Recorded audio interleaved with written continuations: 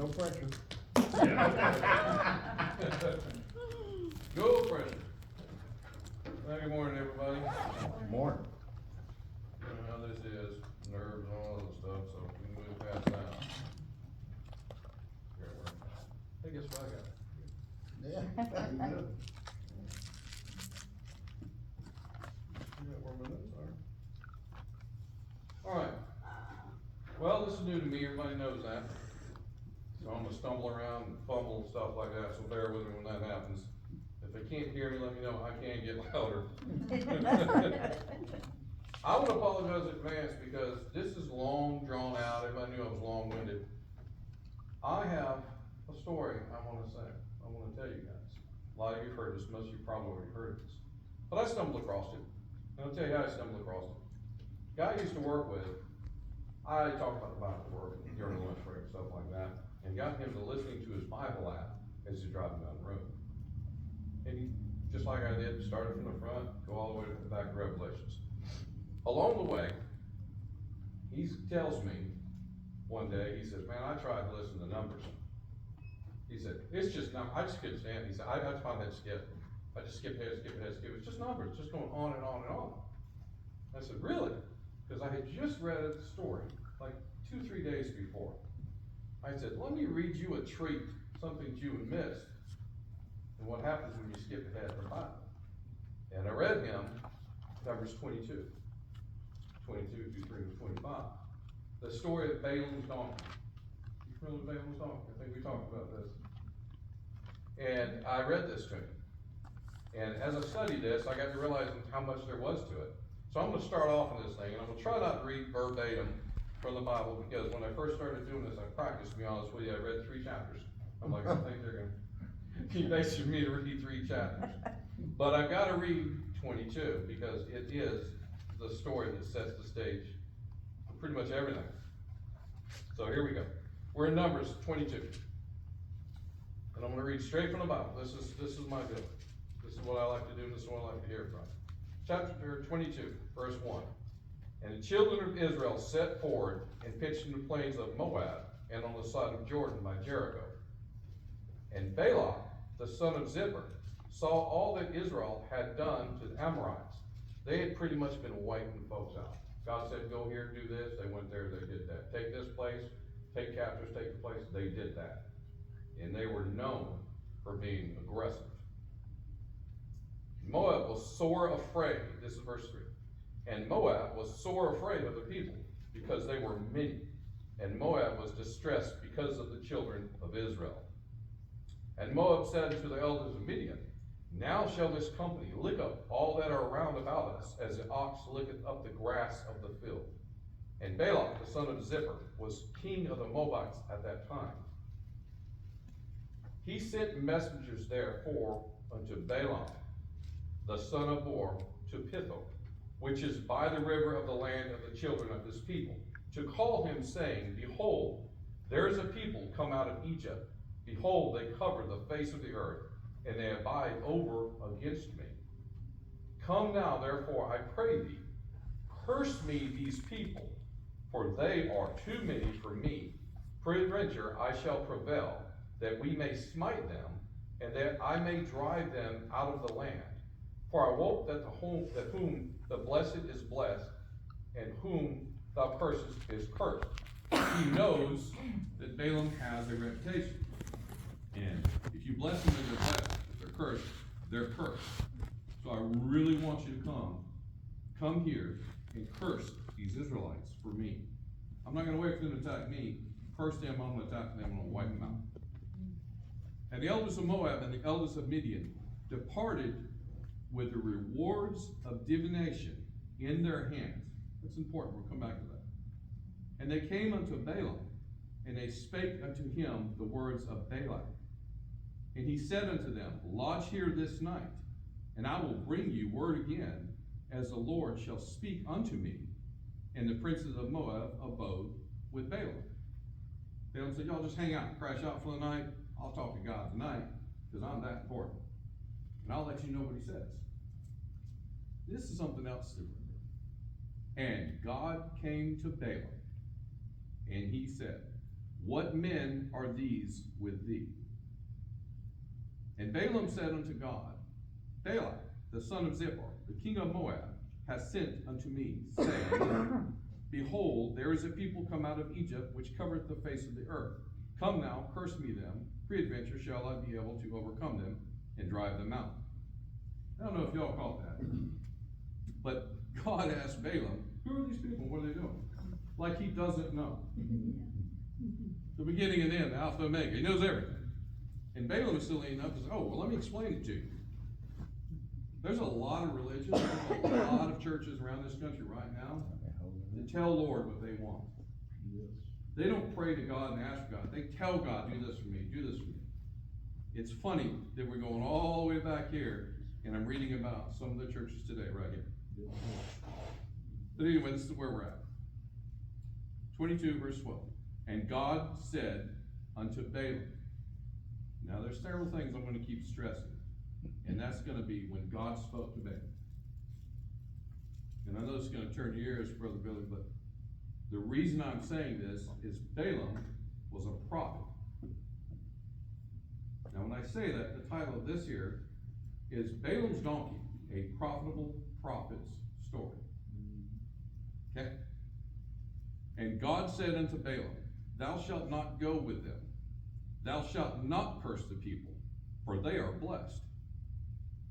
And Balaam rose up in the morning, and he said unto the princes of Balak, Get you unto your land, for the Lord refuseth to give me leave to go with you.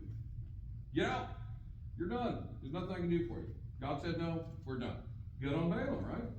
Listening to the Lord. Verse 14, and the princes of Moab rose up, and they went unto Balak, and they said, Balaam refused to come with us. He wouldn't come. And Balak sent yet again princes more and more honorable than thee. And they came unto Balaam, and they said to him, Thus said Balak the son of Zippor, Let nothing, I pray thee, hinder thee from coming unto me. For I will promote thee unto very great honor, hold you to great esteem. And I will whatsoever thou sayest unto me, Come therefore, I pray thee, curse me these people. Now he's asking him again, twice. He's raised the stakes now. He's going to promote him to a high honor. And Balaam answered and said unto the servants of Balak, If Balak would give me his house full of silver and gold, I cannot go beyond the word of the Lord my God to do less or more. I don't care if you give me boxes and boxes of fried chicken, crates of ammo. I can't do it. God said no. Right? Balaam's doing good. Now therefore I pray you, tarry ye also here this night, that I may know more, that the Lord will say unto me more. Didn't God tell him no? No, I'm not going to curse him. But now they've raised the stakes. They've offered him a place of honor.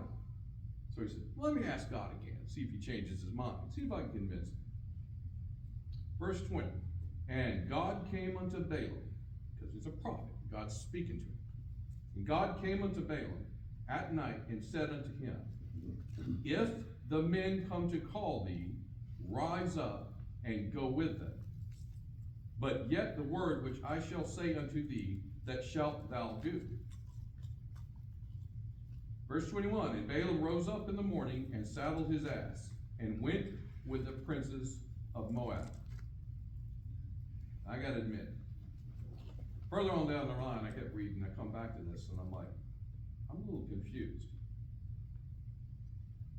God said, if they come to you, go with them, and say only what I tell you to say. So Balaam rose up in the morning, and saddled his ass, and went with the princes to Moab. Y'all get up, and went, got him up, woke him up. Come on, y'all, let's go, I'm going with you. Let's go.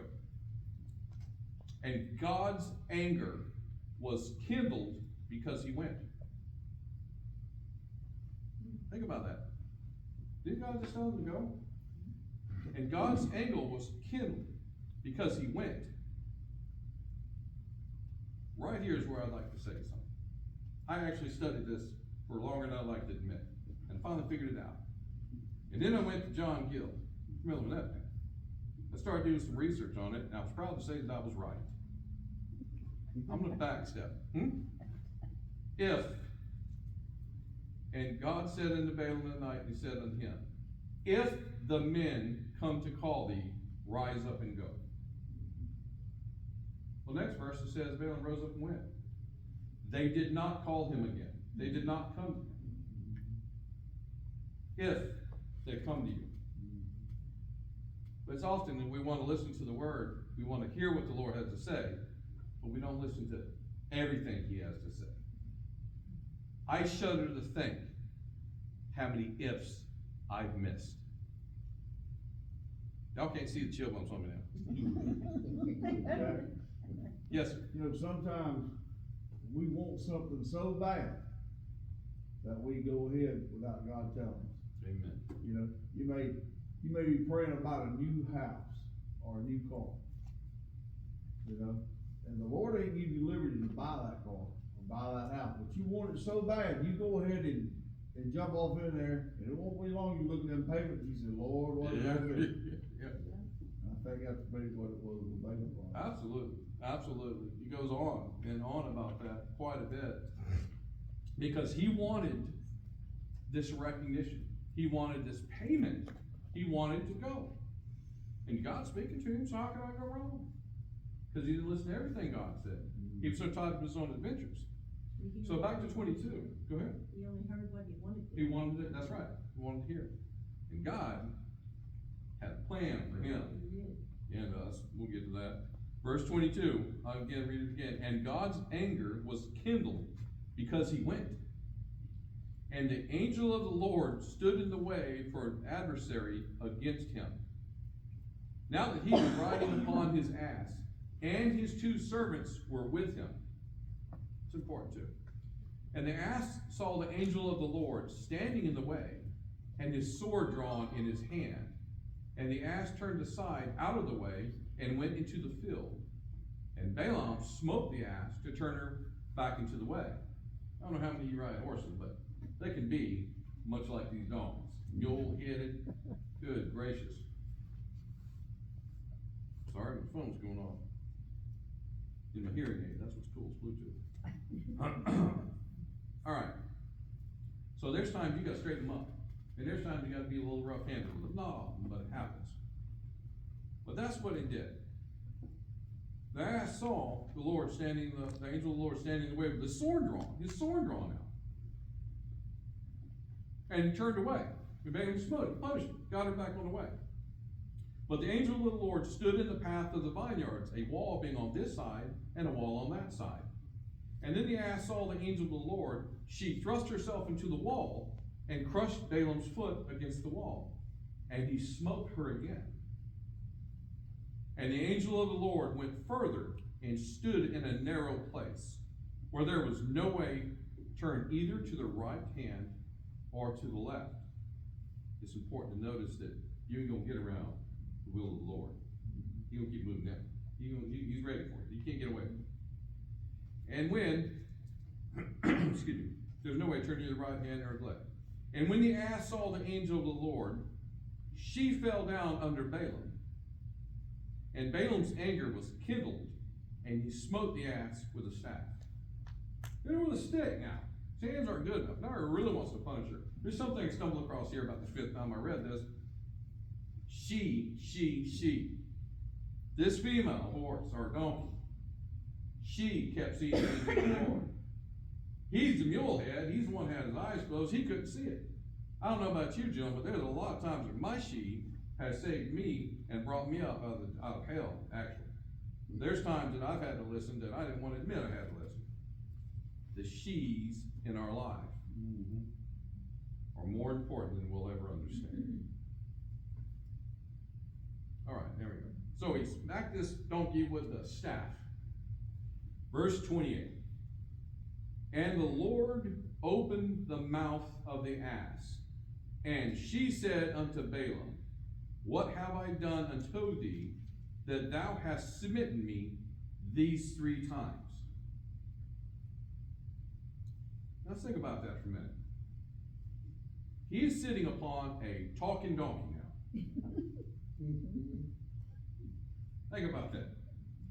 If any of you are like I was, and that seemed kind of far-fetched, be a little ashamed like I was.